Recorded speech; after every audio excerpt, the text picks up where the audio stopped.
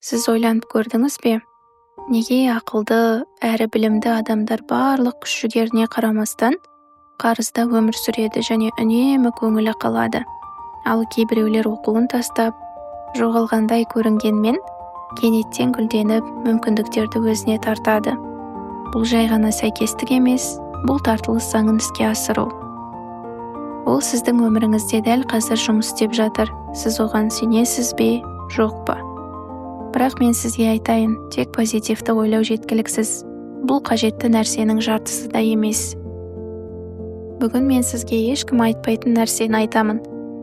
Неліктен адамдардың көпшілігі бір шеңберде қалып қояды? Мәселе әлемде емес, сіздің ішкі санаңызда орнатылған менталды парадигмада. Ол сіздің әрекеттеріңіз бен нәтижелеріңізді басқарады. Сіз өзгеруге тырыстыңыз, бұл жолы бәрі басқаша болады дедіңіз. Бірақ бірнеше аптадан кейін бәрі бұрынғы қалпына оралды. Мен сізді өте жақсы түсінемін. Бірақ менің өмірімді толығымен өзгерткен бір нәрсе бар. Сіз өз қалауыңыз бойынша емес, парадигмаңыз қалай бұйырса, солай өмір сүресіз. Парадигма – бұл сіздің әрекеттеріңіз бен нәтижелеріңізді басқаратын, санаңызда терең орнатылған әдеттер жиынтығы, яғни бағдарлама. Сіз қанша оқысаңыз да, дұға етсеңіз де, немесе армандасаңыз да, егер сіз парадигмаңызды өзгертпесеңіз, өміріңіз өзгермейді. Бұл үлкен кемені бұруға тырысқанмен бірдей. Желкенді бұрғанмен, рульді бұрмасаңыз, бағыт өзгермейді. Мен қаржылық өмірім хаосты болған кезімді есіме аламын. Менде жоспар да, үміт те болмады. Мен бұл менің шындығым деп сендім. Бірақ бір адам маған «Ойлан және байы» деген кітапты берді. Ол маған, егер сен осы кітапта жазылғанның бәрін жасасаң, өмірің өзгереді деді. Мен үмітсіз жағдайда болдым және әрекет ете бастадым. Мен түсінбей, қорқынышпен және күмәнмен әрекет еттім. Бірақ дәл сол кезде бәрі өзгере бастады. Ең бастысы, өзгерістер ақшада емес, менің ойлауымда басталды. Мен басқаша ойлап, әрекет ете бастадым. Әлем маған жаңаша жауап бере бастады. Менің нәтижелерім өзгерді, өйткені мен ішкі бағдарламамды өзгерттім. Сіз бұл сезімді білесіз бе? Қайталана беретін қателіктер. Шеңберде жүргендей болу, шеңберден шыға алмау. Бұл сіздің парадигмаңыздың дауысы. Сен жақсы нәрсеге лайық емессің. Ол сізді кейінге қалдыруға, мақсатсыз әрекеттерді жасауға, көп нәрсеге ұмтылғаныңыз үшін күнәлі сезінуге мәжбүр етеді. Адамдар көп ақша алғысы келетінін айтады, бірақ олардың санасында жетіспеушілік парадигмасы бар. Ақша лас, байлар ашкөз деген сенімдер бар. Егер сіз ішіңізде бір нәрсені жаман деп санасаңыз, оны қалай тарта аласыз? Сіз кенеттен ақша алып, оны тез жоғалттыңыз ба? Бұл миллиондаған адамдарда болады. Ақша оларды қабылдайтын жерде қалады. Ал сіздің парадигмаңыз оларды итеріп жібереді. Мысалы, лотерея ұтып алған адамдардың көпшілігі 5 жыл ішінде бұрынғы қаржылық деңгейіне оралады, немесе одан да нашарлайды. Бұл сәтсіздік емес, бұл бағдарламалау. Олардың парадигмасы молшылыққа дайын емес, және олар жұмсайды, жоғалтады, қарызға батады. Бұл бәрі сіздің санаңыз жаңа шындықпен синхрондалмағандықтан болады. Бірақ қарама-қарсы мысалға қараңыз. Опра Уинфри кедейлікте дүниеге келді. Зорлық-зомбылықпен қабылдамауды бастан кешірді. Бірақ оның ішінде «Сен үлкен нәрсеге арналғансың» деген ұшқын болды. Ол осы ойды қоректендірді. Ол жаңа ойлау үлгісін жасады. Бүгінде ол әлемдегі ең ықпалды әйелдердің бірі болып табылады. Бұл сәттілік емес, бұл саналы таңдау және қайта бағдарламалау. Ғылым дәлелдеді. Біздің күнделікті әрекеттеріміздің шамамен 95% автоматты түрде бейсаналық үлгілердің әсерінен орындалады. Яғни сіз өміріңіздің көп бөлігін шын мәнінде бақылаусыз өткізесіз. Бірақ жақсы жаңалық, мұны өзгертуге болады. Бұл ерік күшімен, ұрандармен немесе шамадан тыс күш-жігермен емес, терең бейсаналық бағдарламаны өзгерту арқылы жүзеге асады. Жаңа ішкі бейнені жасау үшін қайталау, эмоционалды қатысу және саналы әрекеттер қажет. Бұл өзіңіз туралы жаңа түсінікті орнату үшін қажет.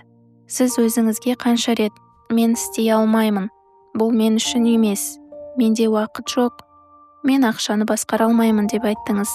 Бұл сөздер зиянсыз емес, олар күн сайын ескі бағдарламаны күшейтеді, және сіз өмір сүріп жатқан көрінбейтін түрме қабырғаларын тұрғызады. Сіз мұны тіпті байқамайсыз. Елестетіп көріңізші, сіз оянып, өміріңізді өзіңіз басқаратыныңызды, қалағаныңызша табыс таба алатыныңызды және армандаған жеріңізде өмір сүре алатыныңызды нақты білесіз. Сіз өзіңізді шабыттандыратын іспен айналыса аласыз. Мұның бәрі шешім қабылдаудан басталады. Ескі өз бейнеңізден және сырттан таңылған бағдарламадан бас тарту. Қарапайым жаттығу жасағыңыз келе ме? Қағазға кім болғыңыз келетінін жазыңыз. Қазіргі кім екеніңізді емес, кім болуды таңдағаныңызды. Мұны егжей-тегжейлі жазыңыз, сезініңіз және елестетіңіз, және әр таң мен кеште дауыстап оқыңыз. Бейсаналық қарсылық көрсетеді, бірақ жалғастырыңыз. Дәл осылай жаңа парадигма жасалады. Сіз өз шындығыңыздың тұтқыны емессіз. Сіз өз бағдарламаңыздың тұтқынысыз. Ал барлық бағдарламалар қайта бағдарламалануы мүмкін. Сұрақ: сіз мұны жасауға дайынсыз ба? Әлде өміріңізді бұрынғыдай жалғастырып, ғажайыптың өміріңізді өзгертуін күтесіз бе? Уайым жиілігі кез келген визуализациядан күшті болады. Мұны мойындау қиын. Бірақ ғалам сөздерге емес, сіздің вибрацияңызға жауап береді. Егер сіз күн сайын кеудеңізде ауырлықпен оянып, иелігіңізде жоқ нәрсеге өкінсеңіз, сіз тек жетіспеушілік циклын күшейтесіз. Сіз ойланып көрдіңіз бе? Неге көптеген талантты адамдар үнемі күресіп жүреді? Бұл кармада немесе еңбекте емес, фокус пен ой тазалығында.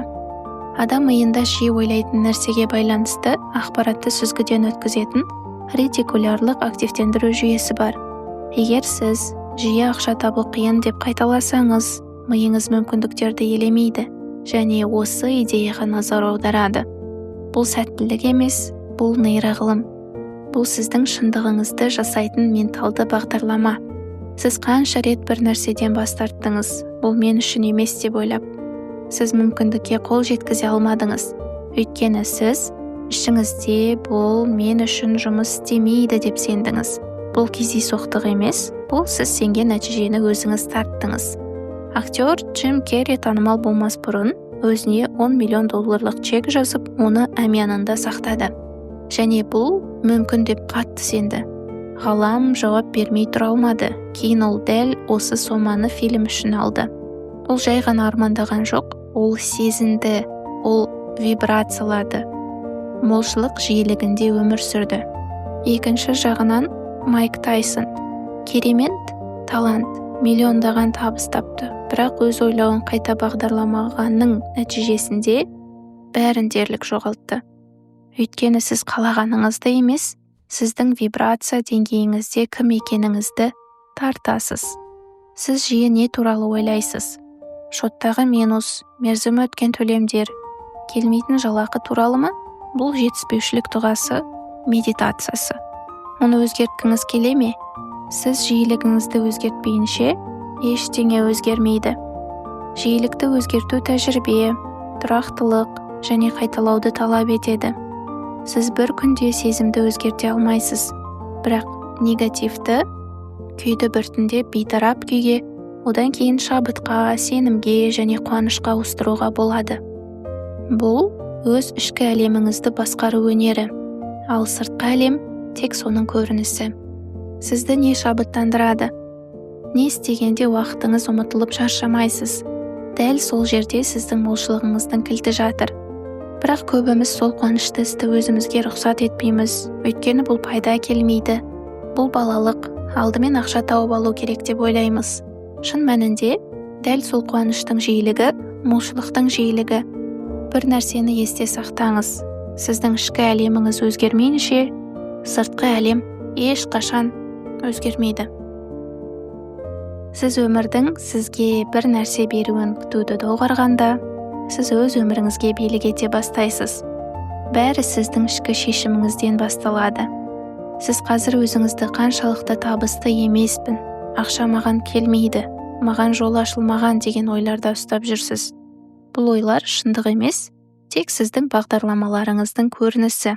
Ал бағдарлама бұл өзгертуге болатын нәрсе, бірақ ол жай ғана ақпарат тыңдап, бір рет медитация жасаумен өзгермейді. Ол жүйелі ішкі жұмыстың, шешімділіктің, жаңа әрекеттер мен жаңа ойлардың нәтижесі. Сіздің өміріңізге жаңа нәрселер келу үшін, сіз бұрынғы адам болуды доғаруыңыз керек. Бұрынғы ойлар, бұрынғы әдеттер, бұрынғы сенімдер сізді бұрынғы деңгейде ұстайды. Жаңа шындық, жаңа өзіңізді талап етеді. Сондықтан, өзіңізге мен дайынмын, мен өзгеремін, мен молшылықты қабылдаймын, мен өзімді жақсы көремін және өзіме үлкен өмірді рұқсат етемін деп айтудан бастаңыз. Бір күні емес, дәл бүгін, бір себеппен емес, дәл қазір. Өйткені сіз бұдан артық күтіп жүруге лайық емессіз. Сіз өмір сүріп, рахаттануға, шабыттанып табыс табуға, өзіңізді жүзеге асыруға дәл қазір лайықсыз. Сіз ерекше жаратылыссыз. Бұл дүниеде сіздей жан жоқ. Сіздің жүрегіңізде бар армандар жайдан жай келген жоқ. Олар сіздің жолыңыздың нышаны. Егер бір нәрсені қаласаңыз, оны орындауға қажетті бар күш-қуатта сіздің бойыңызда бар деген сөз. Енді таңдауды өзіңіз жасаңыз. Өткеннің сценарийімен өмір сүре бересіз бе? Әлде бүгіннен бастап өзіңізге жаңа шындық жазасыз ба? Сізге тек сенім, табандылық және ішкі тазалық қажет. Молшылық сіздің табиғи күйіңіз. Жеткіліксіздік, қорқыныш, күмән, олар үйретілген. Демек, олардан бас тартуға да болады. Өзіңізге лайық өмірді бастау үшін бір ғана шешім жеткілікті. Сол шешімді бүгін қабылдаңыз.